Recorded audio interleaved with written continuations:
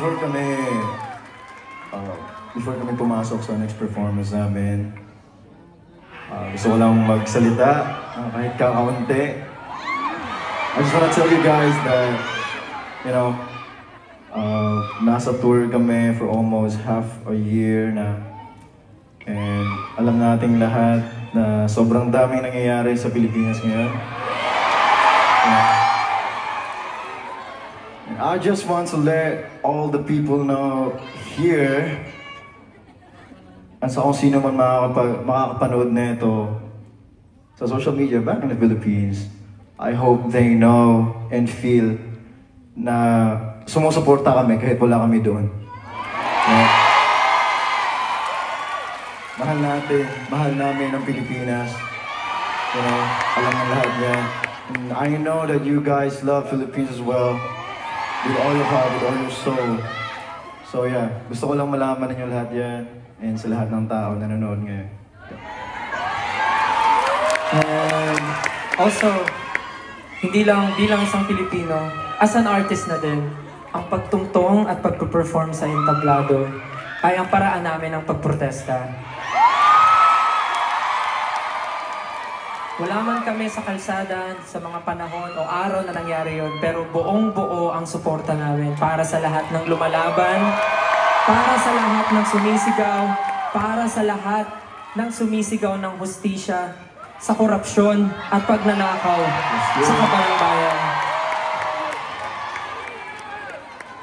Siyempre, as SB19, at kahit hindi pa kami SB19, gusto ko lang sabihin na mahal namin ang Pilipinas. Marami kaming ginagawa, marami kaming mga tinatry gawin para makatulong sa Pilipinas matagal na. At para sa mga pumupuna, kung bakit daw ba nagagalit o nakakapagsalita ng mga hindi magagandang salita, syempre, hindi naman tayo laging ganun. Pero may karapatan tayong magalit kapag tayo ay ninanakawan na.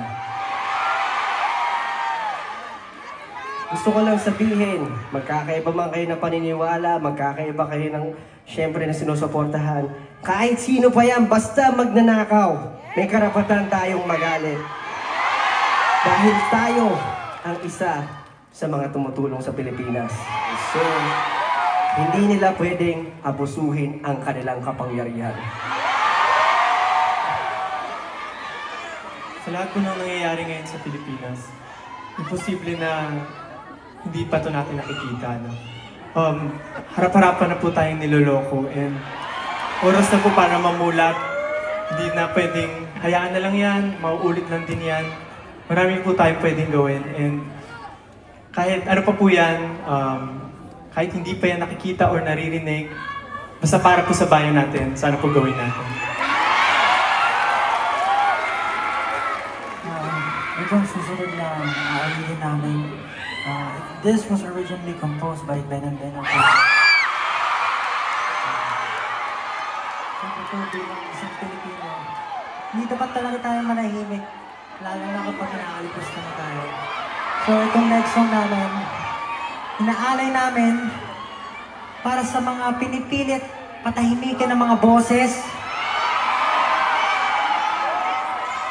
at para sa mga Pilipinong patuloy na lumalaban sa hustisya.